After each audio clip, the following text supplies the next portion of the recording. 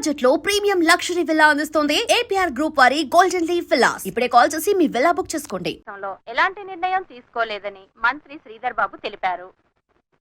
నిన్న రాత్రి మల్కాజ్గిరిలో ఓ యువతి మరణం ఆ పరిసర ప్రాంతాల్లో కలకలం రేపింది. స్థానికంగా ఉన్న ఓ షాపింగ్ మాల్లో 8వ అంతస్తు నుంచి గాయత్రి అనే యువతి దూకి ఆత్మహత్య చేసుకుంది. ఈమె అదే భవంతిలో ఉన్న బట్టల షాప్ లో పనిచేస్తున్నట్టుగా తెలిసింది. ఈమె ఎందుకు ఆత్మహత్య చేసుకుందోనని పలు కోణాల్లో పోలీసులు తీవ్రంగా విచారణ చేస్తున్నారు. చనిపోయిన గాయత్రి కేరళ రాష్ట్రానికి చెందినదిగా పోలీసులు నిర్ధారించారు. ఈ వయసులో అసలు ఏం కష్టం వచ్చింది నా అమ్మాయి ఆత్మహత్య చేసుకుంది. ఈ కాలం పిల్లలకి ఆలోచన తక్కువ, ఆవేశం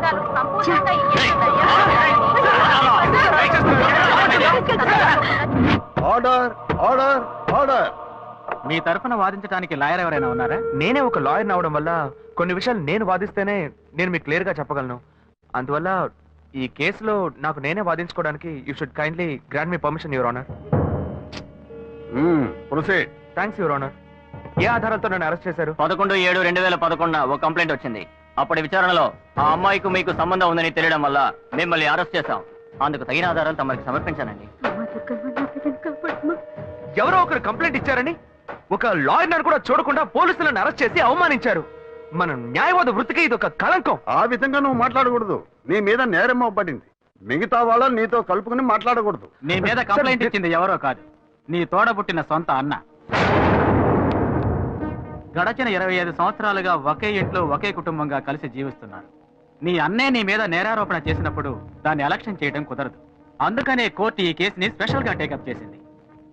మిస్టర్ శివ, ఏ ఆధారంతో తన మీద మీరు కంప్లైంట్ ఇచ్చారు? ఆ అమ్మాయి ఆత్మహత్య చేసుకోవడానికి ముందు ఆ రోజు రాత్రి నాతో మాట్లాడింది. అప్పుడు నేను వేరే టెన్షన్ లో ఉన్నాను. ఆ అమ్మాయి ఎందుకు కోపంగా మాట్లాడిందో నేను కొంచెం కూడా ఆలోచించలేదు. ఆ అమ్మాయికి నాకు ఎటువంటి సంబంధం లేదు. ఇంతకుముందు ఆ అమ్మాయి నేను చూసింది కూడా లేదు. అప్పుడే ఆలోచించాను, ఒకవేళ నా తమ్ముడు అనుకుని నాతో మాట్లాడి ఉంటుంది అని. వీడికి చాలా మంది అమ్మాయితో లింక్ ఉంది. ఆ అమ్మాయి చావుకి వీడే కారణం అని నాకు సందేహం వచ్చింది. నేనే వీడిని కొట్టి చంపేస్తుండేవాడిని. కానీ వీళ్ళంటి ఎదవలకి మీరు వేసే శిక్ష అమ్మాయిల విషయాల్లో ఆడుకునే వాళ్ళకి ఒక భయాన్ని ఏర్పరుస్తుంది. అందుకే పోలీసులకు కంప్లైంట్ ఇచ్చారు. మొదట్లో వాళ్ళు నమ్మలేదు. ఆ తర్వాత ఎంక్వైరీ చేసి ఆ అమ్మాయి ఇంట్లోంచి ఫోటోలు, వీడిచ్చిన గ్రీటింగ్ కార్డ్స్ దొరికిన తర్వాతే వీడిని అరెస్ట్ చేశారు. ఆ ఫోటో వల్లే దొరికిపోయానా?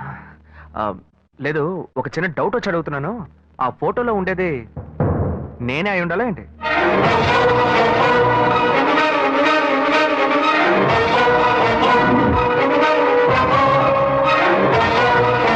ఇద్దరు ఒకే మాదిరిగా ఉండటం వల్ల ఈ ఫోటోని ఆధారంగా తీసుకోవడం కుదరదు. వర్కౌట్ అయిపోయింది. దొరికేవరా? ఆ అమ్మాయి ఆఖరిసారిగా మీ సెల్కే ఫోన్ చేసింది. ఆమె కాల్ డైల్ నెంబర్ లో మీ నెంబర్ నమోదైంది. దీనికి మీరేం చెప్తారు? అయ్యుండదు సార్, నేను నిజాయితీ గల లాయర్ని. నాకు చాలా మంది క్లయింట్స్ ఉన్నారు. ఆ అమ్మాయికి ఉన్న సమస్యకి ఎవరినైనా ఐడియా అడుగుంటుంది, వాళ్ళు నా నెంబర్ ఇచ్చి ఉంటారు. నేను బిజీగా ఉండడం వల్ల ఆ అమ్మాయి ఫోన్ అటెండ్ చేసి ఉండను. అంత మాత్రం నేను నేరస్తున్నా అవుతానా సార్? ఇప్పుడు నేను మీకు ఫోన్ చేస్తాను, మీరు ఎత్తలేదు, నేను చస్తాను. నా చావుకు మీరే కారణం అవుతారా? అప్పుడు పోలీసులు మిమ్మల్ని కూడా అరెస్ట్ చేస్తారా? సార్, వీడు తప్పు చేసి లాయర్ తెలివితేటలతో కన్ఫ్యూజ్ చేసి తప్పించుకోవాలని చూస్తున్నాడు. అనే నా మీద నేరం మోపుతున్నావు, పర్వాలేదు, నేను నీ తమ్ముడిని. కానీ నా లాయర్ వృత్తిని మాత్రం తప్పుగా మాట్లాడద్దు. తర్వాత బార్ కౌన్సిల్ ఉన్న లాయర్స్ అందరూ నీ మీద కేసు పెడతారు. చెత్త నా కొడక. చూడండి, మీ ముందే ఎంత కోపడుతున్నాడు. Don't use unparliamentary words inside the court. ఏది మాట్లాడాలనుకున్నా ఎమోషన్ అవ్వకుండా, ఆవేశపడకుండా మాట్లాడండి. నా తోబుట్టు అయినందువల్ల ఈ కేసు తీసుకున్నామని చెప్పారు. మా ఇద్దరిని కన్నా పేరెంట్స్ ని పిలిచి అడగండి సార్, వాళ్ళని చెప్పనివ్వండి. ఆ తర్వాత నాకు ఉరిశిక్ష వేసినా ఆనందంగా స్వీకరిస్తాను. అయ్యా, నా బిడ్డలిద్దరూ దుర్మార్గులు కారండి. నా కడుపులో ఒకటిగా ఉన్నవాళ్ళు ఇప్పుడు పాము ముంగేసేలా తెగ కొట్లాడుకుంటున్నారు.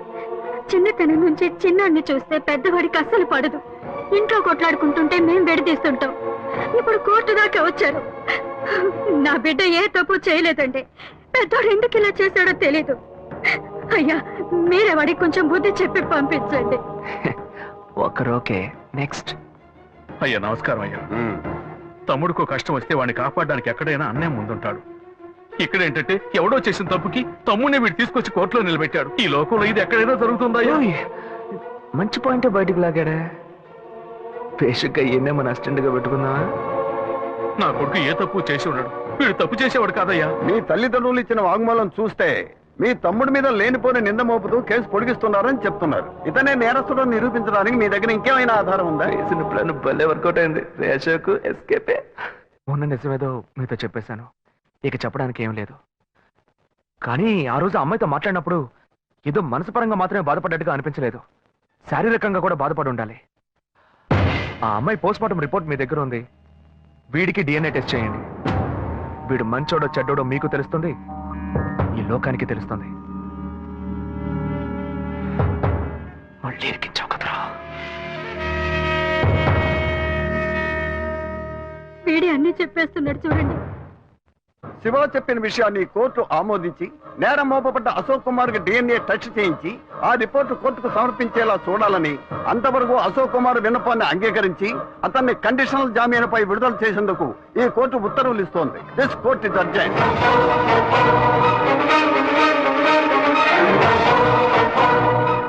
తప్పు చేసి తప్పించుకోవాలని చూస్తున్నావా? రిపోర్ట్ రానిరా, ఇరికించావు కదా, నీ అంత చూస్తాను.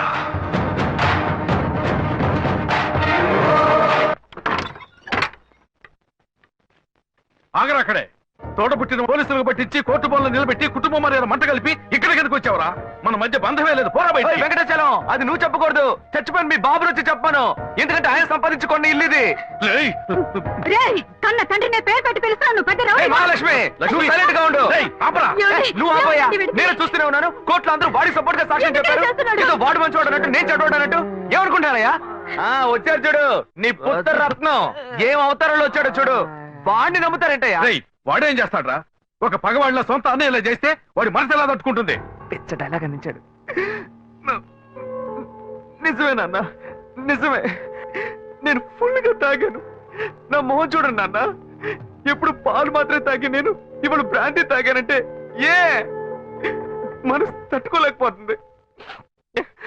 బయట మనిషి అయినా పర్లేదు నాన్న, తోడు పుట్టిన అన్నయ్య ఇలా కక్ష కడితే మన ఇంటికి రావడానికి నాకు మనసు ఒప్పట్లేదు. మిమ్మల్ని అన్నయ్యని వదిలేసి నేను ఎక్కడికి వెళ్తాను నాన్న? తెలివి తక్కువడా? అంతా నీవాలేరా? అన్నయ్య తిట్టకండి నాన్న, తిట్టకండి. ఆయన చాలా మంచోడు, నీతిపరుడు. చాలు ముయ్యరా. ఆపరా, వాడు చెప్పేదంతా నిజమే. వాడు మన మీద ఎంత ప్రేమ చూపిస్తున్నాడు చూడు.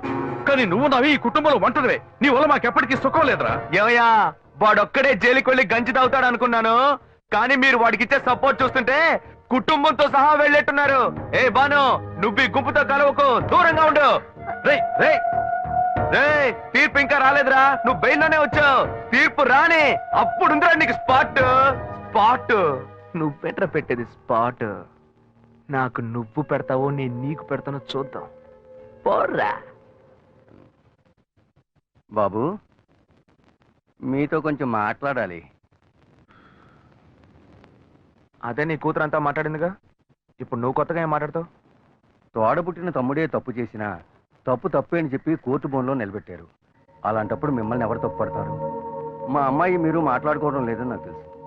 మా అమ్మాయి మీ దగ్గరకు వచ్చి ఏం చెప్పిందో మాకు తెలియదు, కానీ తన మాతో ఏం చెప్పిందో తెలుసా?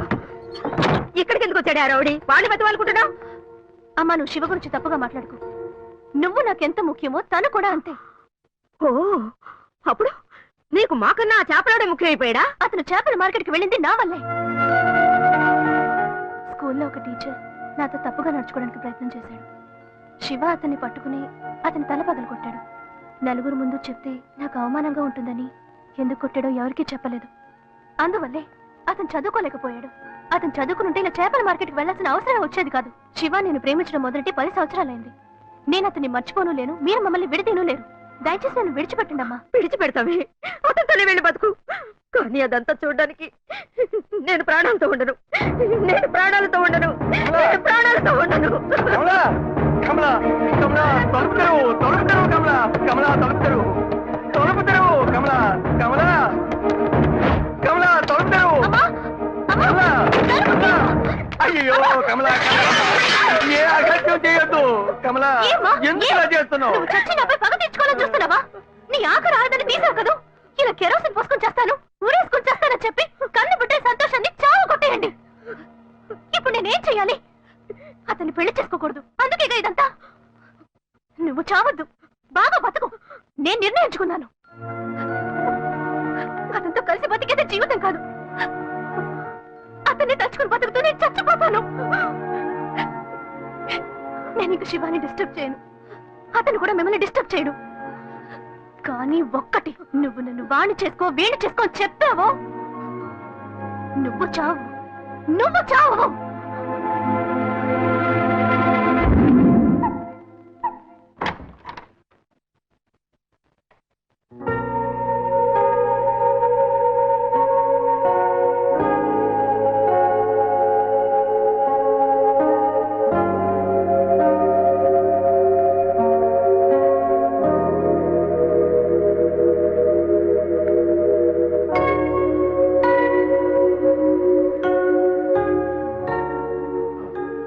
చెప్పిన తర్వాతే అంతా తెలిసిందే.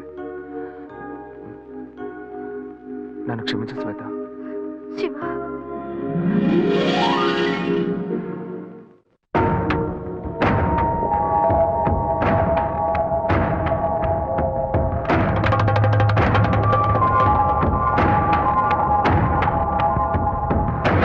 ఇండియన్ క్రిమినల్ చట్టం 1973 మరియు ఇండియన్ సాక్ష్య చట్టం 1972 ప్రకారం ప్రాథమిక సాక్షుల రికార్డులు పరిశీలించిన పిదప ఈ కోర్టులో నేరం మోపబడిన శ్రీ అశోక్ కుమార్ అనబడే వ్యక్తికి వ్యతిరేకంగా నిర్వహించబడ్డ DNA టెస్ట్ ఫలితాలు మరియు సంఘటన యొక్క సాధ్యాసాధ్యాలు అతనికి అనుకూలంగా ఉండటం వల్ల కుమార్ గాయత్రి మరణానికి తనకు ఏ విధమైన సంబంధం లేదని నిర్ణయించి ఈ కోర్టు అతన్ని నిరపరాధిగా విడుదల చేయడమైనది.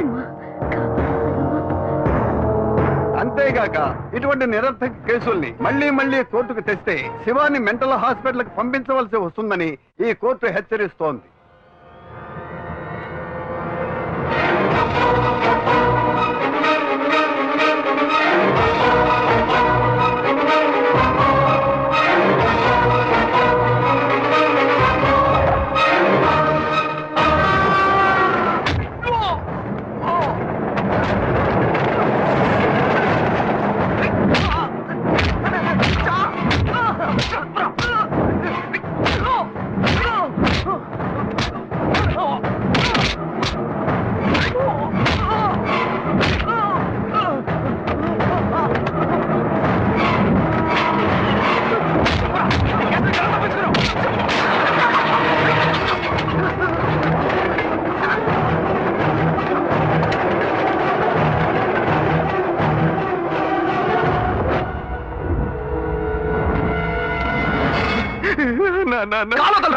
మీరంతా ఎలా తప్పించుకుంటున్నారా?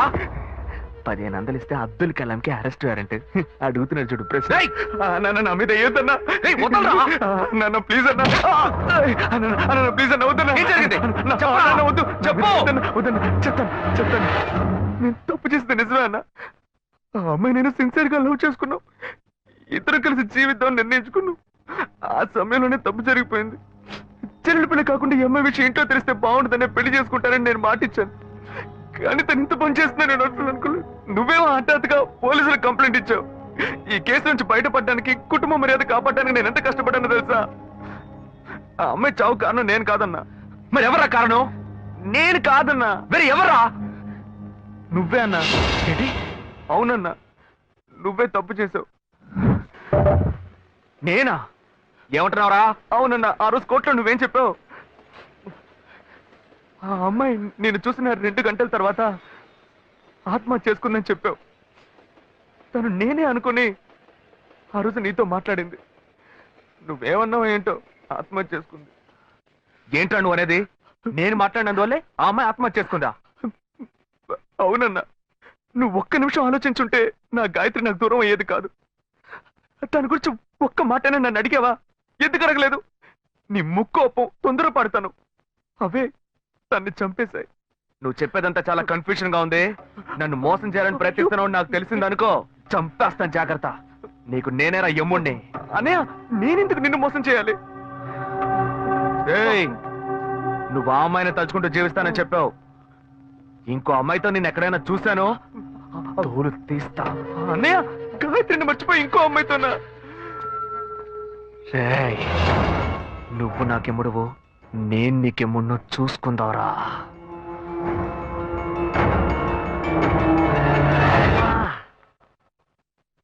చెప్పినట్టు మర్యాదగా నువ్వు నా మాట వినుంటే పోలీస్ స్టేషన్ హాస్పిటల్ అని ఇలా తిరగాల్సిన అవసరం ఉండేదా? కమ్మునుండ్రా, నేను ఇప్పుడే ఆ టెన్షన్ నుంచి బయటపడుతున్నాను. బ్లడ్ అంతా క్లాట్ అయిపోయింది. నిన్నెవరయ్యా ఎలా కొట్టింది? వీడన్నే డాక్టర్ అట్టాగే పొడి పొడి పొడి చేసేసాడు. ఇంకో 2 దెబ్బలు కానీ కొట్టుంటే నువ్వు చనిపోయి ఉండేవాడివి. ఇక ముందు అతనితో జాగ్రత్తగా ఉండు. టాబ్లెట్లు రాసిస్తాను. కరెక్ట్ టైంకి భోజనం చేసి ఇంట్లో రెస్ట్ తీసుకో. ఓకే? Okay doctor. ఏం డాక్టర్, ఇప్పుడు బస్సుల నుంచి బట్టల షాప్ దాకా బటన్ నొక్కితే సొయ్యి సొయ్యమని బిల్లు వస్తుంది. ఆ మిషన్ కొనుక్కుంటే సరిపోయేది కదా, ఇంకా పాత చింతకాయ బచ్చలా బరికేస్తున్నారు. ఇది తీసుకుపోయి మెడికల్ షాప్ లో ఇస్తే ఆడు ఒరిజినల్ ఇస్తున్నాడో డూప్లికేట్ ఇస్తున్నాడో తెలియట్లేదు. ఎక్స్పైరీ అంటున్నారు, ఎయిడ్స్ జ్వరాలు అంటున్నారు. ఇలాంటి కేసులో మీరు ఇరుక్కుపోతారనిపిస్తుంది. వస్తే ట్రీట్మెంట్ మాత్రం తీసుకొని వెళ్ళు. అనవసరమైన విషయాలు మాట్లాడద్దు. ఇలాంటి కోతులు ఏం తీసుకొస్తావా? నోరు మూసుకొని కూర్చోరా, వచ్చిన చోటలా లోడ అని. నేను చూస్తుంటేనే నాకు ఎక్కడ మా అన్నయ్య దగ్గర గాయత్రి మ్యాటర్ బయట పెడతామని భయంగా ఉందిరా. రే, నువ్వు నన్ను సందేహిస్తున్నావా? రే, నేను మీ అన్నయ్యతో వదలరా. ఎప్పుడు నా మీద సందేహపడ్డావు ఇంకా మాట్లాడదు. స్నేహం కోసం ప్రాణమైన ఇస్తాను.